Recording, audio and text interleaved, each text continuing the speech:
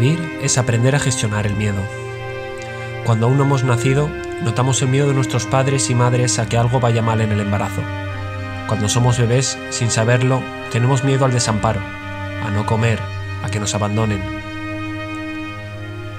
De niños, surgen los primeros miedos irracionales: el monstruo debajo de la cama, la oscuridad, el miedo a hacernos daño. De adolescente, aparecen los miedos relacionados con la incertidumbre: miedo a no tener un futuro, a no tener amigos, a no encontrar nuestra media naranja y, sobre todo, a ser eternamente incomprendidos. De adultos, banalizamos aquellos miedos adolescentes al tener que pagar un alquiler, al escoger una hipoteca para 40 años, a no poder ser padres, a perder un trabajo o a soportar las muertes naturales de nuestros predecesores. Pero uno de los miedos más reales en ese momento es a perder todo lo que nuestra lucha contra miedos anteriores nos ha permitido conseguir. Porque por muy precario que sea un trabajo, por muy escuetos que sean nuestros momentos de ocio, por muy segura que tengamos nuestras relaciones sociales, perderlo todo por una crisis económica, una guerra o una mala gestión política es lo que verdaderamente nos aterra. Con ese miedo a lo desconocido juegan los discursos de ultraderecha. Unos miedos muy complejos dan respuestas falsas y placenteras. Te dicen que si tienes un trabajo precario es por el exceso de inmigración, no por el mal reparto de la riqueza. Que si hay falta de seguridad en la calle es porque vienen a delinquir, no de la delincuencia que provoca la impotencia de saberse fuera del sistema. Cuando el presente es un lugar inseguro y el futuro un horizonte incierto, el mejor refugio es el pasado, y aceptamos un retroceso de derechos y libertades conseguidos a cambio de una falsa promesa de seguridad. En el andamio tenemos más miedo del palco del Bernabéu que de las calles de Vallecas.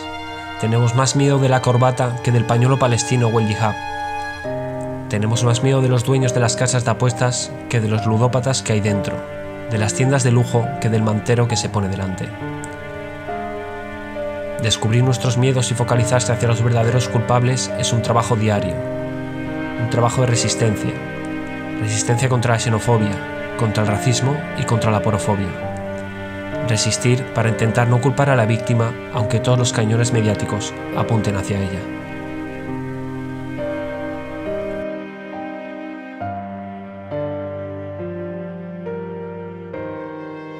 Hoy miramos debajo de la cama con Patricia Simón, periodista y escritora del libro Miedo, viaje por un mundo que se resiste a ser gobernado por el odio. Empezamos. Sonny tiene razón, los obreros son todos unos pringados. Se equivoca, no hace falta valor para apretar un gatillo, pero sí para madrugar cada día y vivir de tu trabajo. Habría que ver a Sonny, entonces veríamos quién es más duro. El obrero es el auténtico tipo duro, tu padre es el tipo duro. A esa ideología de género perversa y a ese feminismo enloquecido. Si queremos salir de esta situación, no se puede salir nada más que de una manera, que es trabajando más y desgraciadamente ganando menos. De esa mordaza progre, que en algunos casos es un burka. Cuando tú tienes invadido emocionalmente a un personaje o a una gran masa de gente, tú les puedes meter, no una, les puedes meter 800.000 mentiras. ¡Que seremos fascistas, pero sabemos gobernar! El andamio.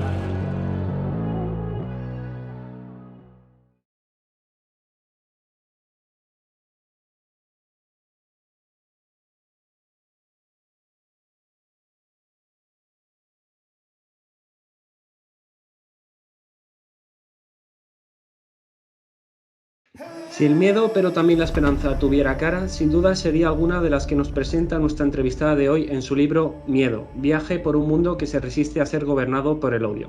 Como periodista que es, estará de acuerdo conmigo en que las mejores historias son las que se encuentran cuando no las estás buscando. Y eso es lo que creo que podemos encontrar en su libro. Leemos un libro sobre el miedo en el que salimos esperanzados. Hoy paramos a comernos el bocata con Patricia Simón, periodista y autora de este libro. Patricia, muchas gracias por estar con nosotros. ¿De qué vas a querer el bocata? Pues lo voy a querer de hummus, que me lo pusieron hace poco en un vuelo viniendo de Túnez y lo agradecí muchísimo porque no me gusta mucho la carne y estoy intentando reducir el consumo de proteína animal y siempre en los vuelos eso era un problema. Así que de hummus y lechuga. Ostras, qué bueno. Por cierto, ¿qué tal por Túnez? ¿Bien?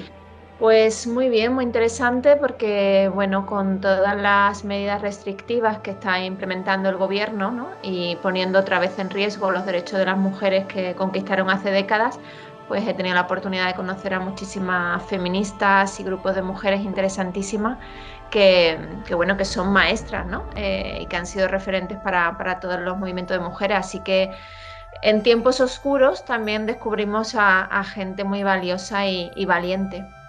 Totalmente, totalmente. Bueno, sobre todo después de los atentados de las Torres Gemelas del 11 de septiembre de 2001, como sociedad hemos ido renunciando un poquito a las libertades a cambio de una seguridad. Casi una década después, la pandemia del coronavirus ha vuelto a derrumbar nuestras torres liberales y demócratas. Y me gustaría hacer una reflexión porque decía Karl Marx que la lucha de clases es el motor de la historia, ¿no? Y puede ser que cada conflicto entre opresores y oprimidos haya resultado en una mejora social, pero el capitalismo, para sucumbir esta dialéctica, ¿ha convertido el miedo en el verdadero motor de la historia? No en el único, pero sí efectivamente en uno de los más recurrentes, los que utilizan más a menudo y de los más eficaces, porque, bueno, como explico en el libro, al final el miedo es el que nos vuelve más individualistas, paranoicos, y el que hace que no establezcamos esas alianzas de solidaridad porque pensamos que en cualquier momento podemos perder lo poquito que tenemos, entonces eso es lo que defendemos, ¿no? Así que sí creo que en los últimos años nuestra era, bueno, la última década se está definiendo por esa política del miedo que estos fundamentalistas de ultraderecha y en otros territorios, ¿no? Como el fundamentalismo islámico, es el que emplean de una manera más directa, aliados, por supuesto, con las grandes oligarquías y multinacionales. Totalmente. ¿Qué miedos podemos encontrar en este fantástico libro, Patricia? Porque ¿cómo utiliza cada uno de ellos la ultraderecha para colocar un poco su discurso? Uh-huh. Bueno, pues lo que ha hecho ha sido lo que el filósofo Zygmunt Bauman explicó muy bien, que es el crear esos falsos enemigos, ¿no? Que son las personas que llegan de países lejanos, con culturas diferentes y que vienen a trabajar en los ámbitos más desprestigiados. Esa creación del miedo a los otros, que sobre todo representan las personas migrantes y refugiadas, es el que más azuza a la ultraderecha, porque además le permite presentarse como un libertador o como esa institución, ese órgano que viene a defendernos de quien nos invade, de los bárbaros, ¿no? Pero claro, todo eso ha sido posible porque la socialdemocracia ha abandonado sus valores tradicionales y porque ha permitido que la democracia se vaciara también de sentido, ¿no? Y que mucha gente sintiera que la democracia no daba respuesta a sus problemas materiales y de supervivencia. Y por otra parte, porque la democracia sin esperanza no funciona y muchísimas personas, con razón, llevan sintiendo que desde hace más de 14 años, desde que comenzó la crisis estafa de 2008, su vida siempre va peor, ¿no? Cada día se levantan con la sensación de que un día más todo va peor y sobre todo que para sus seres queridos y sus hijos e hijas pues no hay horizonte de mejora. Ese es el peor de los miedos, ¿no? El sentir que tú no puedes hacer nada para mejorar tu vida y la de tu gente querida, y ese es del que se alimenta la ultraderecha, pero el problema viene de mucho antes y viene de la socialdemocracia. ¿Por qué tenemos miedo de unos sí y de otros no? Bueno, ahí tenemos muchísima responsabilidad los medios de comunicación, ¿no? Y los periodistas, es decir, no tiene ningún sentido que gran parte de la población se haya sentido amenazada durante los últimos años por chicos menores de edad, pobres, que tenían que subirse a una barca sin ningún tipo de nada más, ese era todo su recurso, para conseguir una vida mejor u oportunidades para ellos y para sus seres queridos, y que no sintieran miedo de un turbocapitalismo que lo que está haciendo es concentrar la riqueza cada vez en menos manos y despojándonos de la posibilidad de, con nuestro trabajo, tener vidas más dignas, ¿no? Para que resulte creíble que las personas responsables de que ahora ser mileurista sea un horizonte aspiracional cuando era el horror cuando yo estudiaba periodismo, necesitas toda una maquinaria, una industria de la intoxicación y de la manipulación que te diga cosas absolutamente inverosímiles, pero que te los repitan tanto que termines pensando que, bueno, si los repiten tanto será porque es lo lógico, ¿no? Y bueno, ahí tenemos sobre todo la televisión, ¿no? Tenemos una televisión totalmente, sobre todo las cadenas privadas, tomadas por la ultraderecha y por el Opus Dei desde hace mucho, ¿no? Que tienen toda esta estrategia de permearlo todo y con una estrategia de convencernos de que los enemigos son los que lo están pasando tan mal como nosotros y nosotras, con programas de muy baja factura, o sea, de esto que son tertulianos hablando y hablando y hablando durante horas, en las que no hay reporterismo, en las que no hay periodismo y en la que hay unas señoras que se dedican a intoxicar, no digo unas señoras porque sobre todo son Telecinco y Antena 3, pero también sus informativos, ¿no? Y bueno, pues ese es el panorama que tenemos, porque es verdad que yo creo que nunca hemos tenido tanto y tan buen periodismo. El problema es que siguen modulando la opinión pública la televisión, y yo creo que lo que tenemos que recordar siempre es que aunque sean televisiones privadas, las concesiones de esos espacios, ¿no? de las ondas por las que se transmite la televisión es un espacio público, y que si no cumplen con el mandato constitucional, que es el de informar rigurosamente, y algo tan básico que se olvida, que es subir el nivel cultural de la población, pues entonces están incumpliendo su función social, y debería de haber órganos que, bueno, pues que midieran y que condujeran esta situación, porque no es de recibo que precisamente un sistema como es la democracia, que tanto nos ha costado conseguir, pues esté mermando y debilitando desde lo que debería de ser un aliado, que es la televisión, como medio de comunicación, y por otra parte desde los parlamentos con esta ultraderecha trampista que lo que quiere es secuestrar la democracia desde las urnas. Sí, totalmente. Da la sensación que muchas veces exigimos a los políticos una depuración o una fiscalización de responsabilidades que a los medios de comunicación están exentos, ¿no? Y hacen un poco que, como dicen los chicos del maíz en alguna canción, veas el enemigo, que el enemigo viene en patera y no en yate, ¿no? Cuando muchas veces es al revés. Hablas también del miedo a la soledad. No sé cómo crees que opera en nuestro día a día este miedo a la soledad en cuanto a las desigualdades o el retroceso en libertades, porque hay muchas veces que da miedo, como hay personas que tienen como miedo a combatir un chiste homófobo, un chiste, por ese miedo a sentirse ellos rechazados, y muchas veces se sienten que están solos en esa lucha. Bueno, es que para explicar todo lo que hay detrás de un chiste homófobo y del sufrimiento que genera y de lo injusto que es, necesitamos tiempo, y necesitamos que la persona a la que se lo expliquemos no se sienta atacada. Y para eso hace falta un espacio de confianza y hace falta que tengamos un estado de ánimo más o menos de seguridad. El problema es que este empobrecimiento generalizado que se ha dado, esta situación de estar permanentemente sintiendo que llegamos tarde y que no tenemos tiempo, hace muy difícil el diálogo, incluso con las personas a las que queremos y que sabemos que no tienen por qué ser malas personas, pero que han inoculado, ¿no?, el virus del odio a través de los medios de comunicación y de esos discursos políticos. Entonces, claro que sí, que podemos exponer los hechos, ¿no?, y con calma demostrar que ese miedo, ¿no?, que ese miedo a los otros, que ese odio a las personas que tienen orientaciones sexuales o identidades de género diferentes no se sustentan en nada y que no son respetables, pero tiene que ser exponiendo la situación con calma y que sea esa persona la que llega a sus propias conclusiones, ¿no? Que esto lo aprendimos mucho con cómo afrontar la rumorología racista. Pero claro, lo que no podemos hacerlo es en entornos en los que todo está tan crispado que cualquier disensión se vive como un ataque personal de las ideas, y por eso nos estamos autocensurando todo el tiempo. Entonces yo creo que una de las luchas de este tiempo es recuperar el tiempo, el control sobre el tiempo, que tengamos tiempo para conversar y que no tengamos vidas en las que lo único que podemos hacer es trabajar y luego vaciar nuestra cabeza de la ansiedad y del cansancio, pues viendo cualquier serie de televisión banal, ¿no? Pero por eso digo que, y en el libro hablo mucho, ¿no?, sobre la importancia de luchar por recuperar el tiempo, porque si no, no vamos a poder hablar sobre lo que nos importa con personas que no piensan como nosotros. Hay una cosa que me hace mucha gracia siempre: la extrema derecha o la derecha extrema o el extremo centro constitucionalista que tenemos, estas cosas tan raras, siempre usan como descalificativo este tema de la superioridad moral de la izquierda. Eso dice, sí.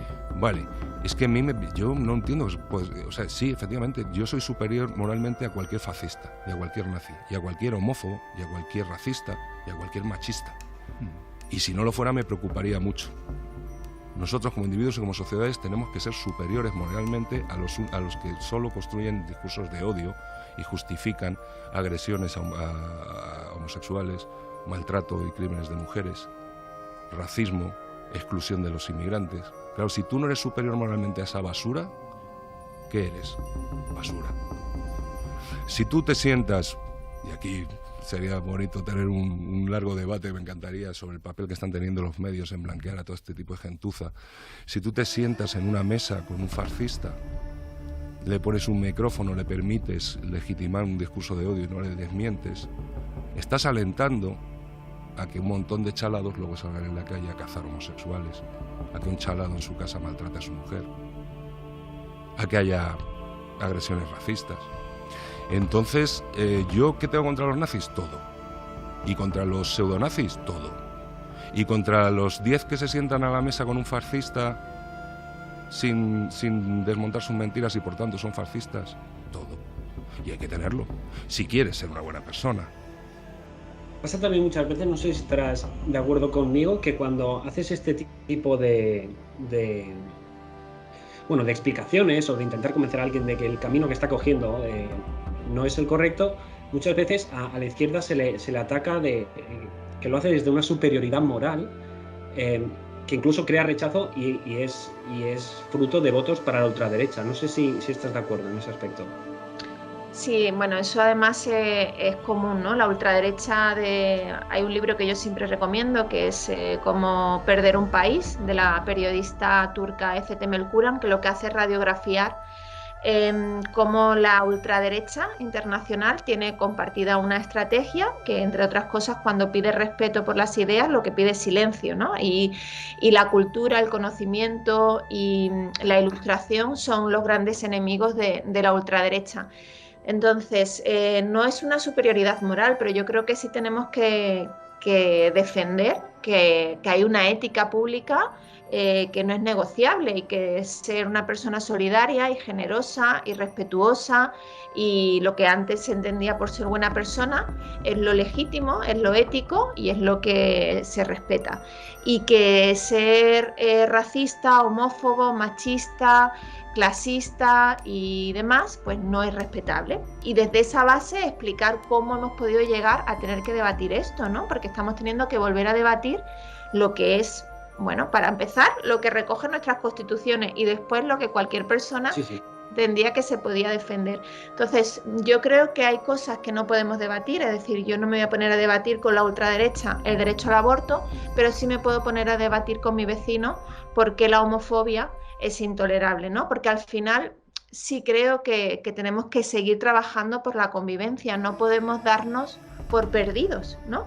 Y creo que además muchas personas lo que están es expuestas diariamente a muchos discursos del odio y no tienen la posibilidad de entrar en contacto con personas que defienden otro tipo de formas de convivir. Yo creo que la guerra ahora mismo claramente está entre quienes intentan que la mayoría sea regresiva por ese miedo, ¿no? Porque quieren volver a un pasado ideal que nunca existió y tienen derecho a sentir miedo porque ha habido muchos cambios para peor en la última década, sobre todo en pérdida de asideros, de pensar que puedes participar en tu sociedad, y la ilustración, ¿no? Volvemos a estar defendiendo el conocimiento, la ciencia, la idea de progreso. Y creo que una forma de intentar conectar con estas personas que miran más al pasado porque sienten que el futuro no les aporta nada es que defendamos que podemos construir un futuro que queramos vivir. Y yo creo que pese a todo llevamos años viviendo también signos de avance, es decir, la revuelta feminista que se vivió en 2018 fue no solamente revolucionaria por la cantidad de que se movilizaron, ¿no? Sino porque fue encabezada por mujeres migrantes, por mujeres trans, que no solamente estaban en la cabecera, sino que participaron en la organización, o en 2019 que vimos esa ola climática de jóvenes en todo el mundo que puso la crisis climática en el centro del debate público. Y creo que esas victorias y esos avances tenemos que reivindicarlos muchísimo más y celebrarlos, porque son muy importantes y a veces con el ritmo, ¿no?, que llevamos enloquecidos se nos olvidan, y ellos quieren que estemos instalados en el derrotismo. Si creemos realmente que estamos perdiendo la batalla, cuando no es así, es decir, pese a todo, en la mayoría de los sitios estamos en el mejor de los tiempos posible, sobre todo si somos mujeres, ¿no?, si somos personas racializadas, personas del colectivo LGTBIQ. Este es el mejor momento que podemos vivir en países como los europeos, Estados Unidos o América Latina, y muchos también africanos y de Asia. Entonces, reivindiquemos los avances y recordemos que hasta aquí hemos llegado sin ceder un ápice en nuestros derechos. Sí, Patricia, la verdad que es muy esperanzador escucharte. O sea, leerte ya lo era, ahora veo que escucharte es en directo también es todavía más. Permíteme que te haga una reflexión, porque la generación nacida en los años 90, entre la que me incluyo, vivimos en un estado que es conocido como permacrisis o crisis permanente. Desde principios de siglo vivimos con una crisis de seguridad, con lo que hemos hablado de los atentados del 11S, desde 2008 una crisis económica, después una crisis sanitaria del coronavirus y ahora en 2022 una crisis de recursos con la guerra de Ucrania. Tras vivir tanta crisis, hemos normalizado un poco nuestra generación la precariedad como compañera de vida y como una cosa que tienes que ir, que está en tu vida y tienes que ir luchando tus diferentes frentes, pero con ella. Hace poco conocimos que el 25% de los jóvenes en España se consideran racistas, lo que da que pensar los que no lo dicen, que también hay muchas personas. Bajo este estado de permacrisis, ¿es en verdad la xenofobia en realidad un miedo a la pobreza, a que la pobreza de los demás nos quite a nuestra generación la precariedad que tenemos? Yo creo que ambas. Hay un miedo real que es a lo desconocido y sobre todo porque se ha perdido como valor compartido el cosmopolitismo, ¿no? Que por ejemplo para mí, que soy de los 80, era el horizonte aspiracional, al viajar, a conocer otras culturas. Eso ahora no es el valor vigente entre una parte de la población, y hay una parte de costumbrismo, de regionalismo, ¿no?, que también tiene que ver con los nacionalismos, con el volver al ombligo, ¿no?, y a las tradiciones. Y yo creo que eso está ocurriendo y eso engarza con el miedo a los otros, a los extranjeros. Y luego efectivamente está el miedo a la pobreza, es decir, se ha demostrado que estos 14 años de permacrisis, como decían, en los que ha vivido muchísimas personas, sobre todo desde 2008, ha servido para adiestrarnos, para que asumamos que tenemos que aceptar condiciones laborales que eran impensables hace 20 años, ¿no? Y por tanto sí que hay también, lógicamente, un temor a que haya personas que vienen y que acepten condiciones laborales peores, y con eso se rebajen los derechos conquistados laborales. Eso es así, y yo creo que además una de las cosas que tenemos que hacer desde el periodismo con enfoque de derechos humanos es reconocer ese mínimo de realidad en el que se basan esos prejuicios racistas y combatirlo. Es decir, claro que cuando hay personas que tienen que aceptar para sobrevivir condiciones laborales peores, el gran capital se va a aprovechar de eso, pero para eso están las instituciones, para perseguirlo, para fiscalizarlo, para hacer inspecciones y impedir que eso sea así. Lo que no se puede culpar es a la persona que bajo necesidades imperiosas de ella y su familia tienen que aceptar esas condiciones, en lugar de culpabilizar al empresario que se aprovecha de esa situación. Así que desgraciadamente yo creo que tanto el miedo a los otros como el miedo a la pobreza se retroalimentan entre sí, y sobre todo son utilizados, instrumentalizados no solamente por la ultraderecha, sino por el gran capital. Sí, supongo que estos dos, la alternancia de estos dos miedos en el discurso ultraderechista es la respuesta a cómo puede ser que en un barrio obrero haya gente que esté votando a la ultraderecha cuando es tirarte piedras contra tu tejado, ¿no? Un poco. Hablas del miedo a la muerte, el miedo a la pobreza, el miedo a la soledad y el miedo a los otros. ¿Tanto miedo crees que está mermando un poco la idea, o sea, el poder imaginar un futuro? Claro. Sí, pero también es una estrategia, no es un fenómeno natural. Decía antes que si llevas 15 años sin tener perspectiva de mejora, que te han derribado, te han usurpado ese horizonte de mejora, el futuro es un lugar en el que no quieres vivir, y una sociedad que no quiere vivir porque no espera nada de esa sociedad, pues es una sociedad entristecida, deprimida y paralizada. Y yo creo que, insisto, lo que tenemos que hacer desde las posturas progresistas es recuperar la idea de futuro, que ha sido la que ha hecho avanzar a la humanidad, y es decir, crear cuáles son aquellos aspectos en los que podemos mejorar para que el futuro sea un lugar que queramos habitar, ¿no? Si eso no lo conseguimos, el único lugar habitable es el pasado, y el pasado siempre es reaccionario. Así que yo creo que esa es el gran desafío. De todas formas, quiero decir que lo otro también es mucho menos estimulante. Yo creo que ahí tanto pensadores, creadores, periodistas, tenemos que realmente recuperar esa ilusión, y por otra parte combatir a la ultraderecha, insisto, es combatir ese sentimiento de derrota, porque es que si no somos todos muy viejos, por eso la ultraderecha está avanzando en sociedades envejecidas, porque en sociedades muy jóvenes, ¿no?, como África, el impulso vital es el de migrar, es el de buscar oportunidades, es el de crear, es romper con los estereotipos, y aquí nos hemos, bueno, porque esa ha sido la doctrina del shock, apalancado y quedado en una posición como de que ya no hay posibilidad de que el mundo sea mejor. Yo creo que no, que en absoluto, que lo va a ser además, porque detrás viene gente joven, realmente muy potente y creando desde otros espacios. Lo que pasa es que muchas veces no sabemos cuáles son sus discursos porque están en otros espacios, no en los medios de comunicación tradicionales. Exacto, no están tan visibilizados, y cuando lo están manipulados a la hora de visibilizarlos, ¿no? ¿Cómo han cambiado los miedos de los adolescentes actuales en relación a las generaciones anteriores? Tenemos que asumir que efectivamente, aun habiendo miedos que en lo fundamental existen, hay cambios muy objetivos. ¿Por qué? Porque la realidad ha cambiado, porque el entorno es muy distinto, porque antes las cosas estaban razonablemente claras. Es decir, un adolescente cuando decía ¿qué quiero ser en un futuro? Bueno, pues voy a ser médico, voy a ser abogado, voy a ser dibujante, lo que quieras.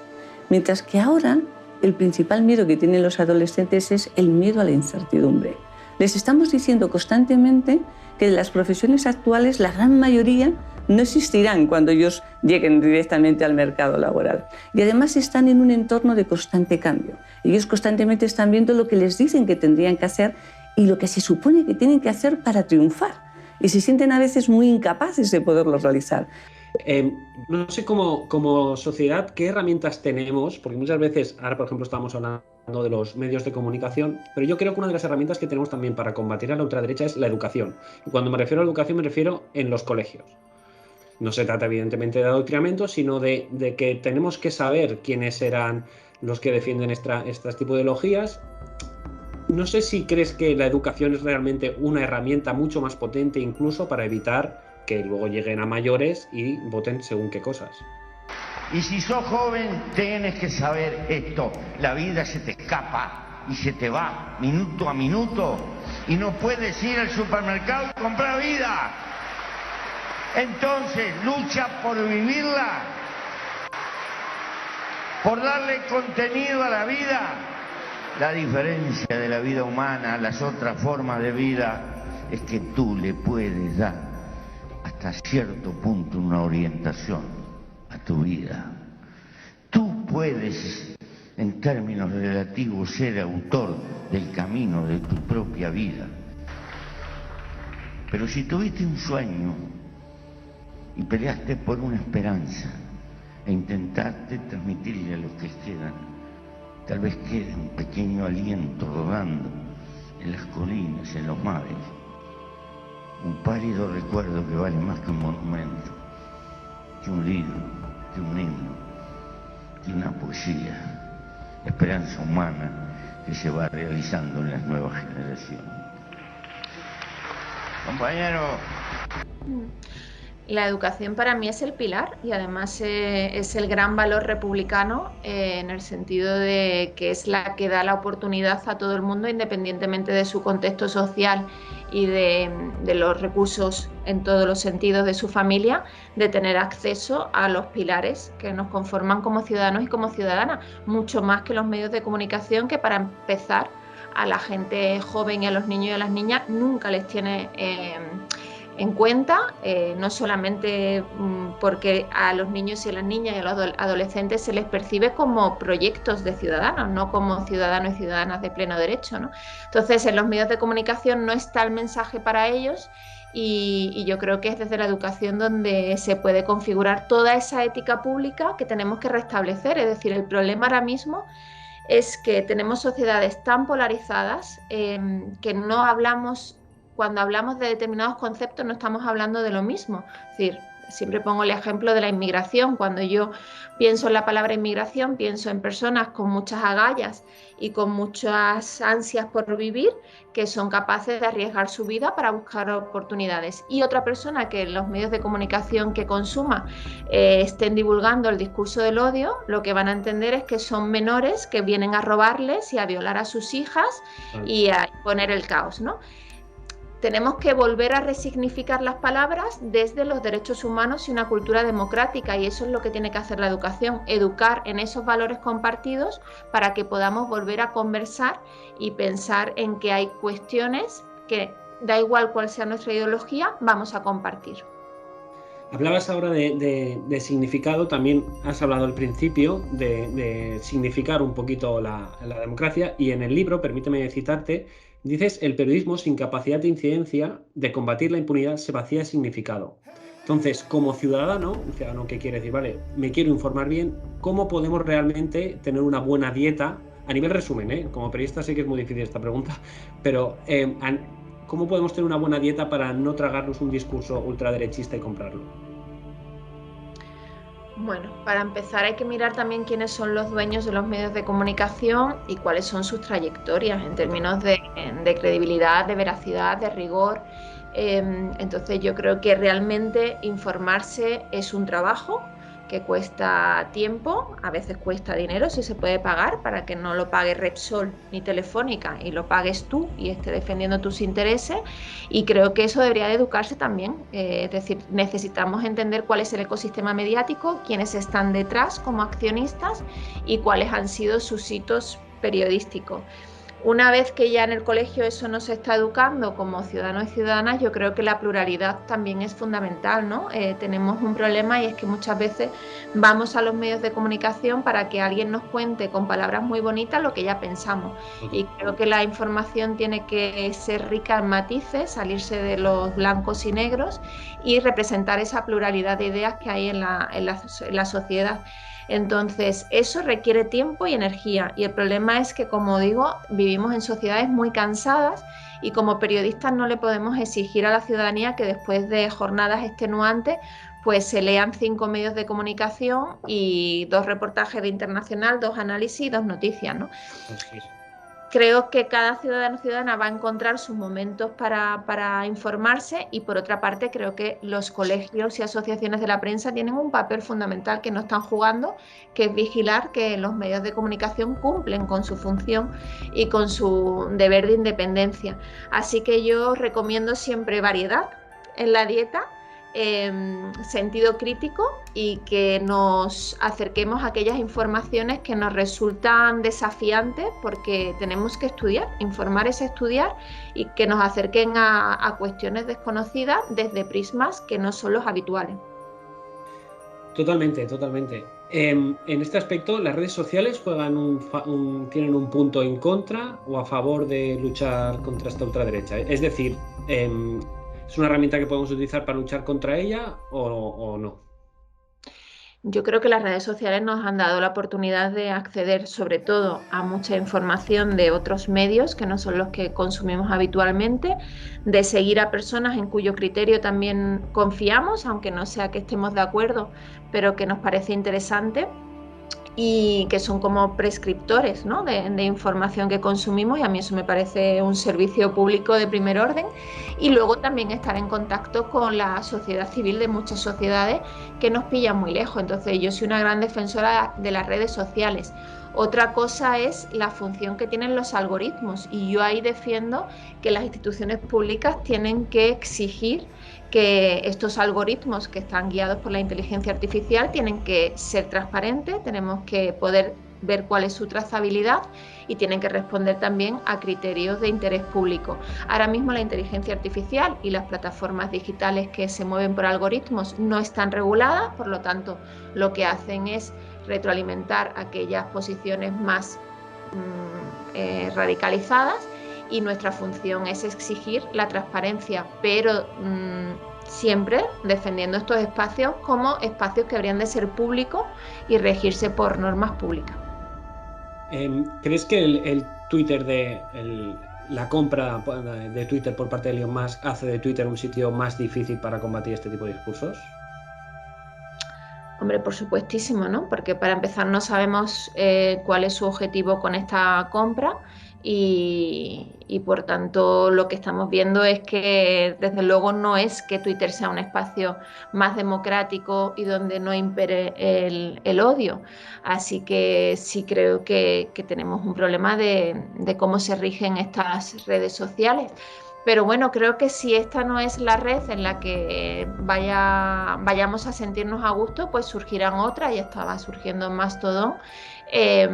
Pero claro, es que tenemos un problema de los oligopolios tecnológicos que están fuera de control y que además están regidos por el anarcocapitalismo más salvaje.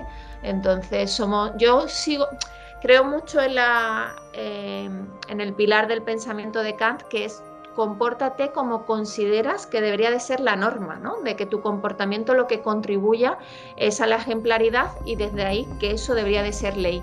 Pues yo en las redes sociales intento hacer eso, que mi comportamiento en las redes sociales contribuya a no generar más ruido, a ser muy respetuosa con lo que comparto, porque entiendo que el tiempo es limitado de nuestros destinatarios y seguidores, y luego desde el respeto más absoluto a quienes son respetuosos. Es decir, creo que a los intolerantes, racistas, fascistas y demás no hay que ser tolerantes. Yo los omito y no están en mi espacio, pero no podemos pedirle que a señores multimillonarios que además son fascistas en su ideología, pues vayan a crear espacios democráticos. Por eso creo que también es un reto que creemos espacios digitales democráticos desde aquellas personas que tengan esa capacidad.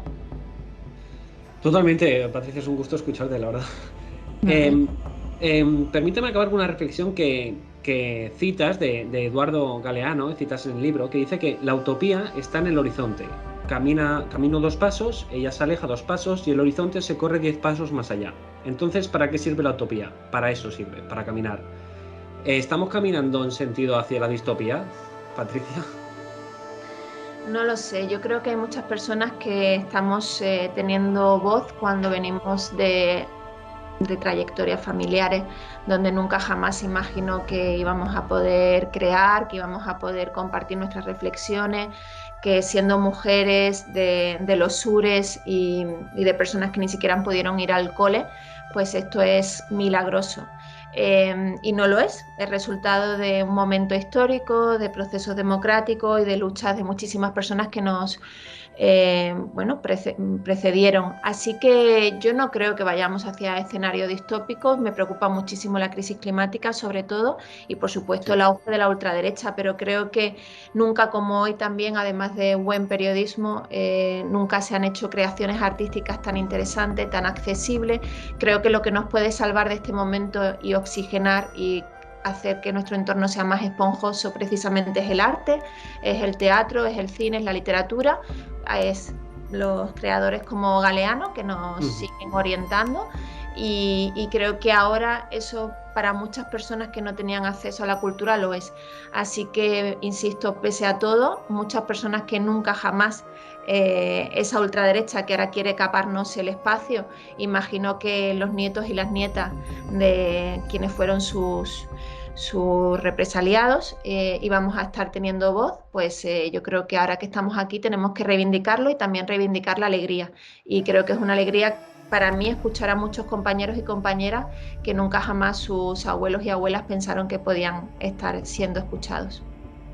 Reivindicar la alegría y reivindicar la esperanza Empezando por leer el libro Miedo, viaje por un mundo que se resiste a ser gobernado por el odio, de Patricia Simón, un libro que es que me ha costado, tengo que decirte, me ha costado mucho hacer esta entrevista desde un nivel periodístico y no de groupie, porque, pues ya te digo, a veces lees muchos ensayos de politólogos y tal, y topé con tu libro y es el que más me hizo abrir más las ventanas en cuanto a lo que estaba haciendo la ultraderecha a nivel sentimental y cómo estaba jugando con el miedo. Así que lo recomendamos muchísimo. Patricia Simón, muchas gracias por subir al andamio. Muchísimas gracias, un placer. Cuando queráis repito. Perfecto, nos vemos pronto. Queda muy bien. Chao. Mujica, ¿quiénes son los enemigos de la vida?